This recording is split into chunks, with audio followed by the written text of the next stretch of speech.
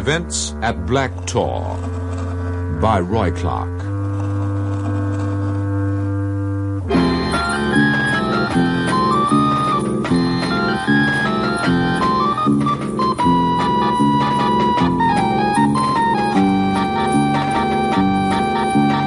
The Events at Black Tor, Episode 2, The Unquieted, in which Jamie and Father Probert, who have already brushed with violent death, find further evidence of the forces of darkness.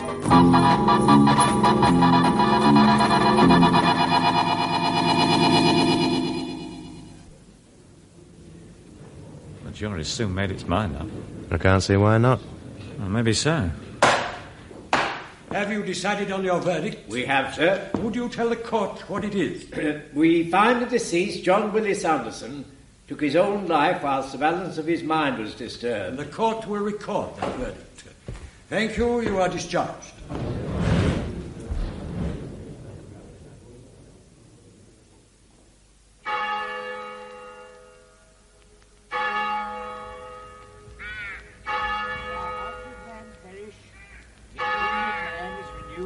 By day. Our light affliction, which is but for a moment, worketh for us a far more exceeding and eternal weight of glory. While we look not at the things which are seen, but at the things which are not seen. For the things which are seen are temporary, but the things which are not seen are eternal. I somehow expected Father Probert to be taking the service. Well, Rabbit wasn't a Catholic, apparently. So it'll be one of his demarcation disputes. I wonder why he became involved, then. Association of ideas, I expect. Our own Vicar's a bit too rural England for the psychic phenomena. There aren't many here. Oh, I expected more. He wasn't exactly local boy makes good, but he must have had lots of cronies. I mean, why aren't they here? Perhaps too scared to come. Oh, give over. I mean, why should they be scared?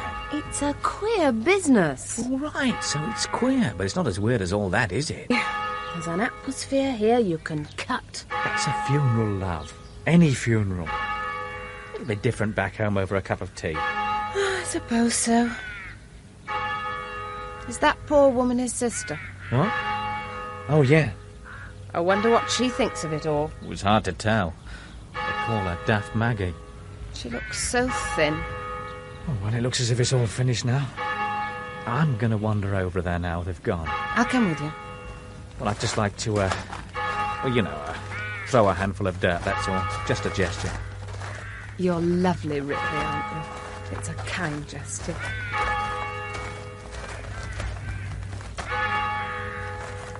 They'll not like the lack of space, will he? Not much room for a poacher. You know, blokes like him spend most of their lives breaking the minor laws.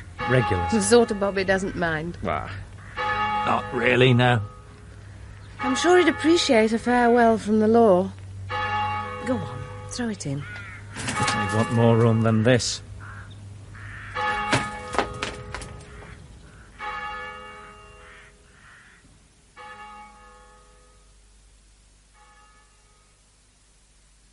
You see?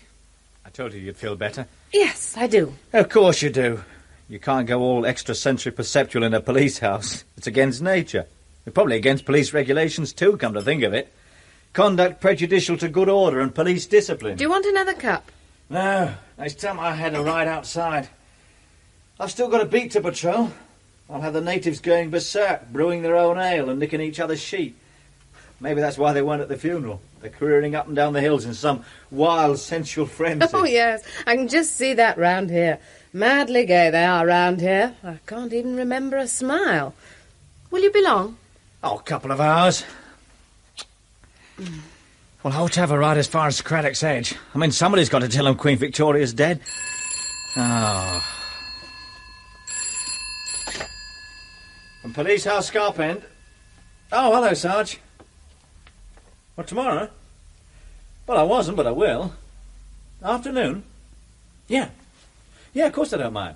It'll get me off the prairie for a bit. As long as you don't mind sheep dung all over your office liner. Yeah. Yeah, OK. Yeah, will do. Bye. What was that? Oh, he's got to go into DHQ tomorrow. Wants me to cover for him at the station for a couple of hours. Oh, you are an up-and-coming, bright young thing. It'll be a change. Hey, look, I'll have to go. Well, that's not a police boat. It's Father Probert. Oh, Lord. That medieval rig out on a motorbike. I don't know what he's like on the collections, but he can certainly beg the transport. He's coming in. Enormous, isn't he? You know, I sometimes feel a bit conspicuous in this outfit, but compared to him, I'm CID. Well, don't just stand there. Help me clear away. Put these over there. Come on, move. You know, he's trouble, is this bloke. With the best intentions in the world, he's trouble. Hello, Father. Hello, lads. Is that policeman of yours at home? Come in. Yes, he's in. He's through here, Father. Jamie's in here. Good day, Moss James. Ah, Father. If it's me that's making you fidget, you can pack it in. There's nothing up these voluminous sleeves. Oh, sorry, Father. Well, sit down. Will you have some tea? Yes, I will. Good. I shan't be a minute. It's made. You were at the funeral? Yeah. Yeah, there weren't many there. No, there wouldn't be. Well, I thought you might have been there. About the time they were burying him, I was saying a mass for him. That makes me a well-wisher, if not exactly a fully paid-up member, no? Yeah, I suppose it does. Did you wonder why there was nobody there? I did. Ah, good. The sugars are there, Father. Thank you, Les. If Rabbit wasn't a Catholic, how did you become involved, Father? When I was a lad, my family used to holiday not far from here. We did odd jobs for my father. He taught me how to snare. After I took my vows, of course, we lost touch. I'd nearly forgotten him. He traced me through my family, and he came to see me. And that wasn't easy for him. Expert as he was round here, the rest of the world was a bit overpowering for him. He couldn't read or write, of course, and if you can imagine, it took a bit of determination. Well, he found me. He had a drink and a bite to eat, the usual embarrassed reminiscences, and then suddenly he was telling me this incredible story. I didn't have to prompt him. I sat there and it poured out like lancing a saw.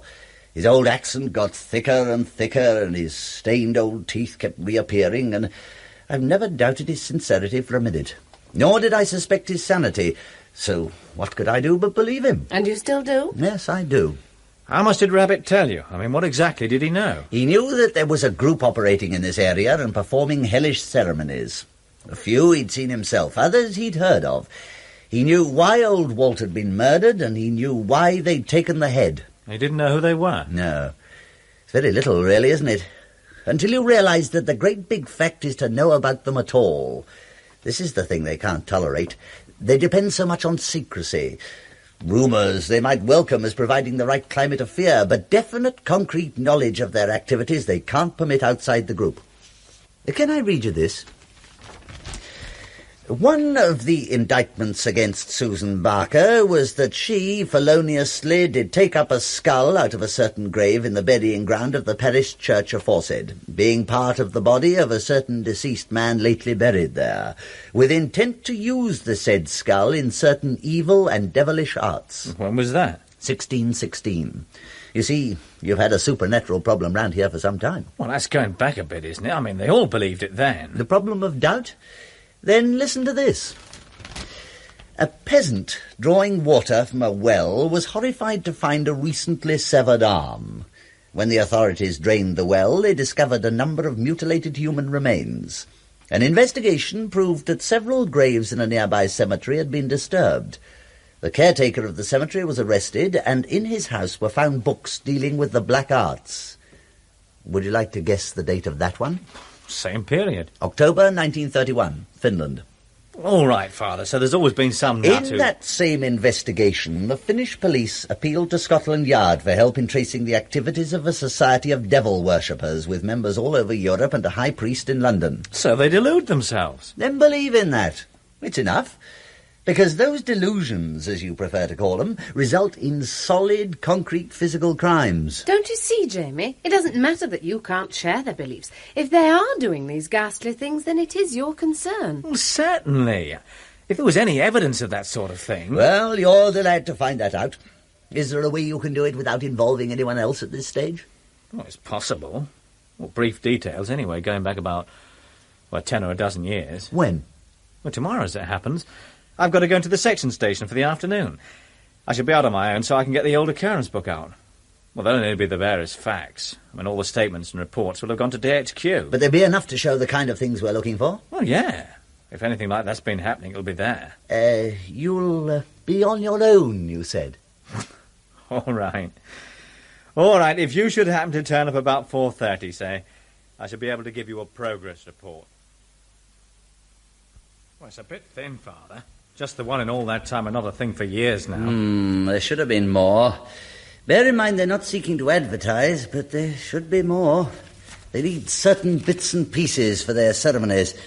Anyway, what have you found? 21st of June, wilful damage to cemetery. At 9:10 a.m. this date, a telephone message received from the Reverend Brooks, Vicar of St. Stephen's, to the effect that during the night damage had been occasioned to certain graves in the churchyard.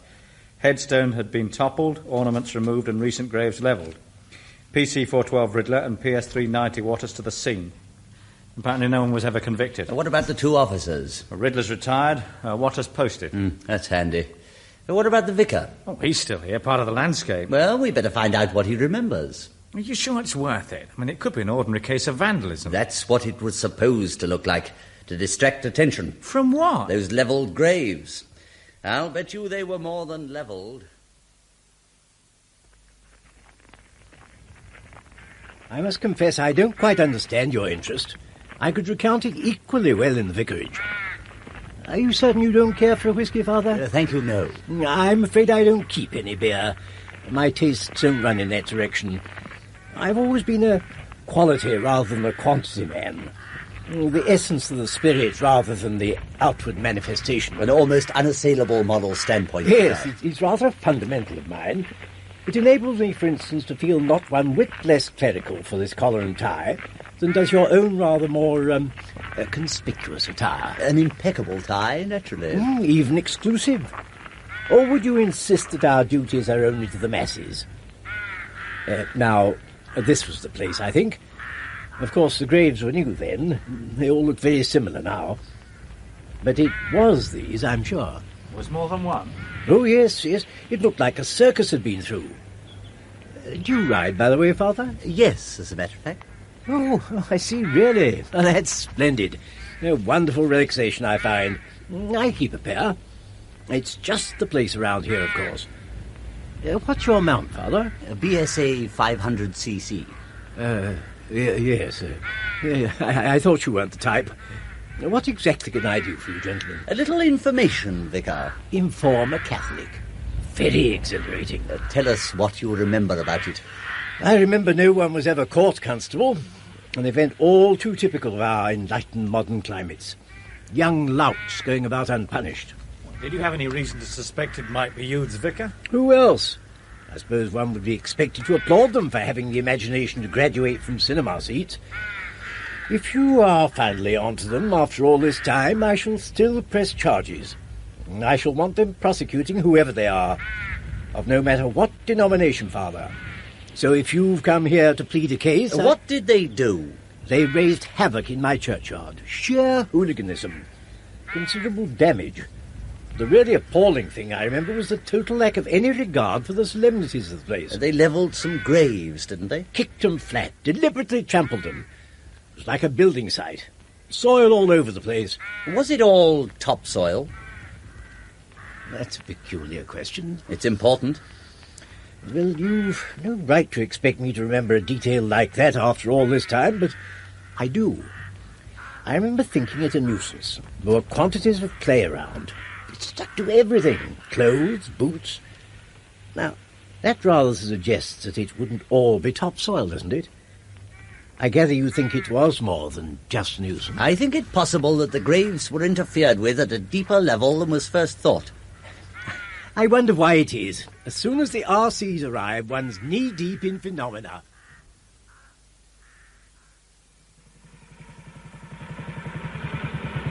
I still don't see what makes you so sure. The date, Jamie, 21st of June. The following night is a big one in their calendar. The night of the Spring Festival. It calls for something special. I'd stake my life one of those graves is empty. It's still no good asking for an exhumation order. You've no real evidence. I agree. Besides, we're not sure exactly which grave. What now, then? So, you're with me. Welcome aboard, Jamie. It's up to you for a while now. A matter of finding their trail. Well, back to square one, then. I'd like to retrace Rabbit's movements on the night he died. It's still unofficial, mind. Absolutely no grounds for taking up police time. Oh, don't spoil it. You're sounding like a Protestant again. It's all yours. You're the expert at this stage. Where do we start? Rabbit's sister, tomorrow night. I've got to return some of his effects anyway. Tomorrow!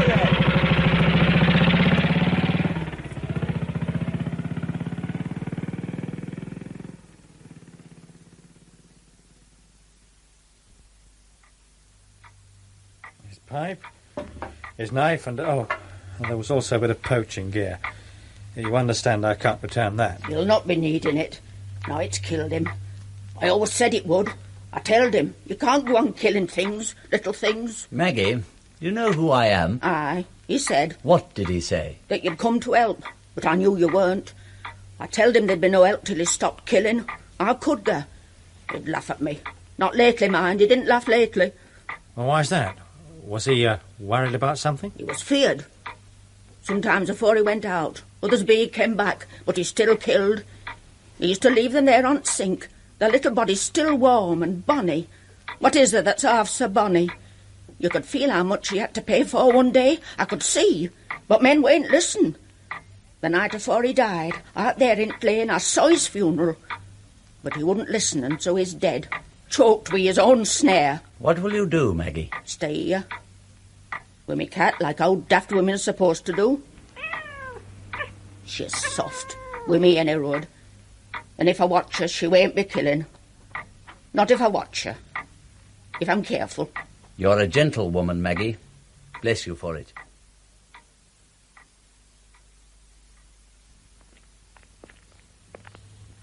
Funny ideas. That's the problem of pain she's wrestling with, Jamie.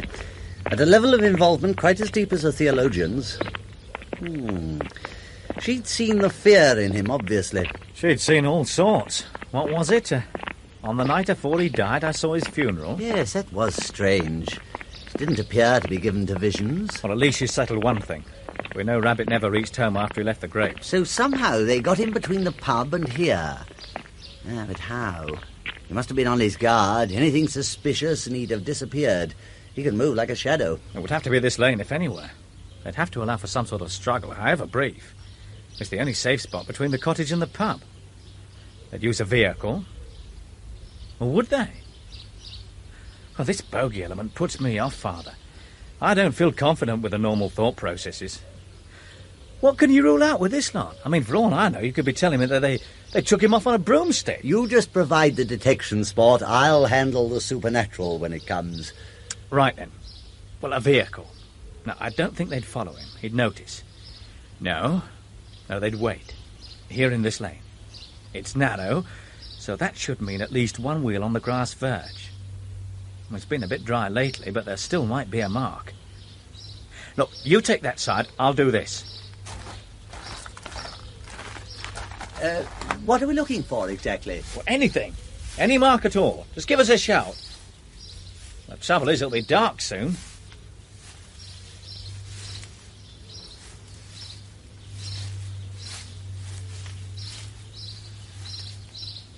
Jamie, come here. What is it?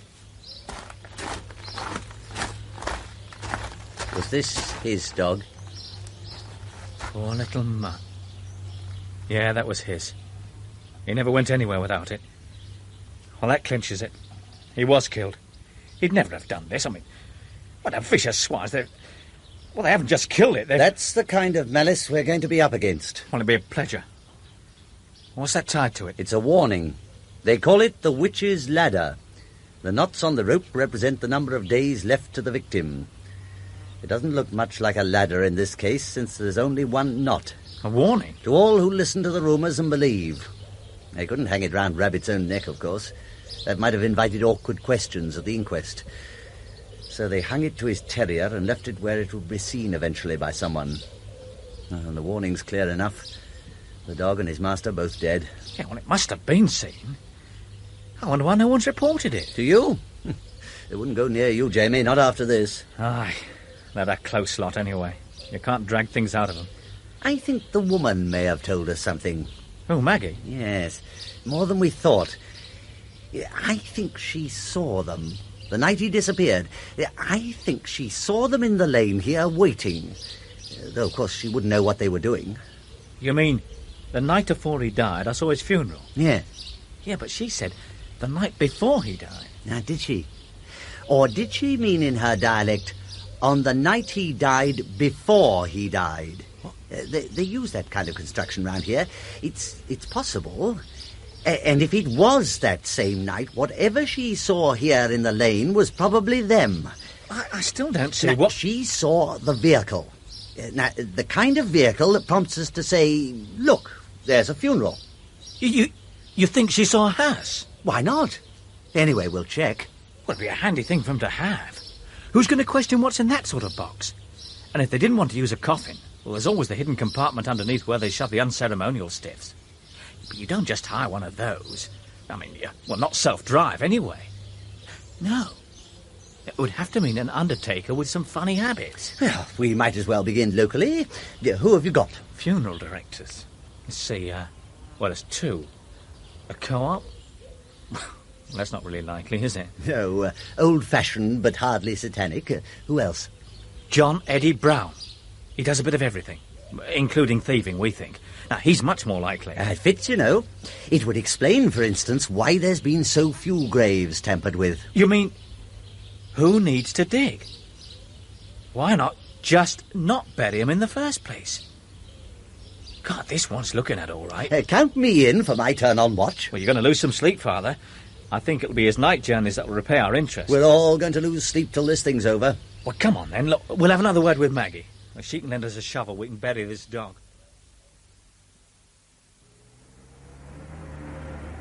I daren't get too close. As long as we don't lose him. I must say you're well disguised. This rattletrap seems very unpolice-like. It's warmer than that damn bike. Thinks, where's a rising young policeman going to get a shabby van like this? I have my contacts. Hey, look, he's turning right. There's not much out that way either. He's going somewhere, and with a coffin. Oh, I'm just grateful for the break in monotony. I was looking forward to another wasted night watching his bedroom light go out. It might still turn out to be legit. Which is more than can be said for our little outing. Don't you believe in lights, or is this just another novel feature of our carriage? Don't chicken out at this stage, Father. It's a good job we're off the tourist routes. And mind you, they do tell me there was a car through here last March. Aye, there it goes. What is it? It's the entrance to a one-time stately home. It's an old folks' rest home now. Private affair, very plush, they say. For the aged and well-heeled, who also die, apparently. Just the same as the poor folk. Doesn't give you much encouragement, does it? Look, I'm going on past. We'll wait on the other side, then assuming he'll be going back the way he came, well, he's not likely to see us. I think we're wasting our time anyway. It's probably a straightforward no-monkey business trip. This time, we'll try again.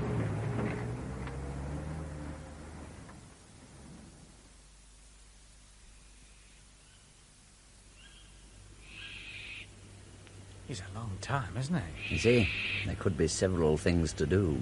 No. Here he is. There's at least someone. Yes, it's him.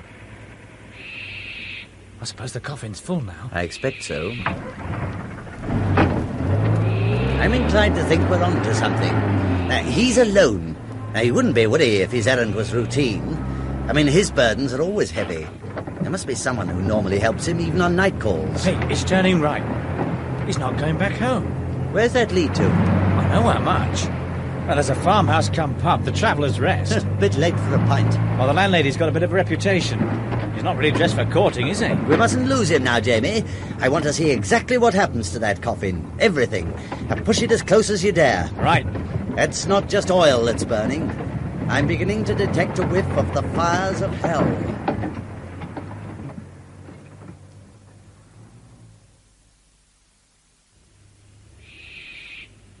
The hearse is in that barn affair. Come on here, boy. Whatever speed that dog of yours.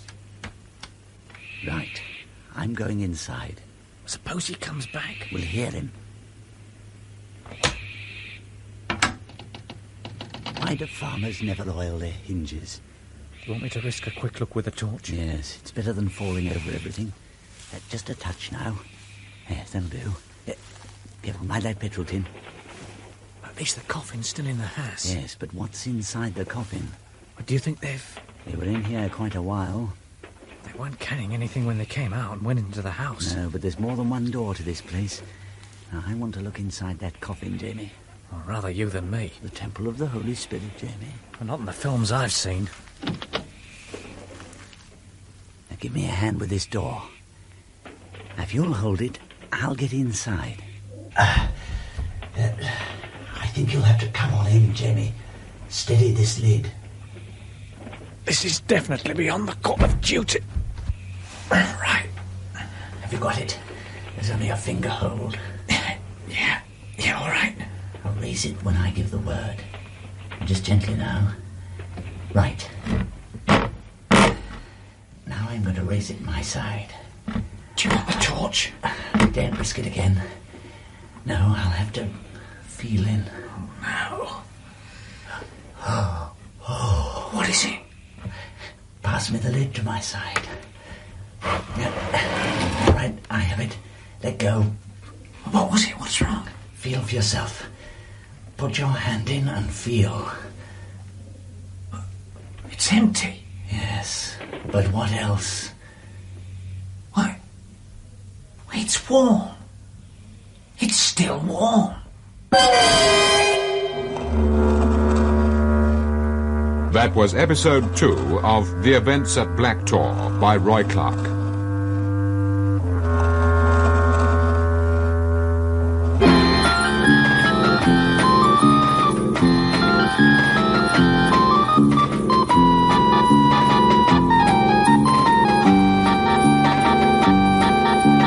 Listen to the next episode of Alan Ayckbourn's production of The Events at Black Tor, The Fires of Hell.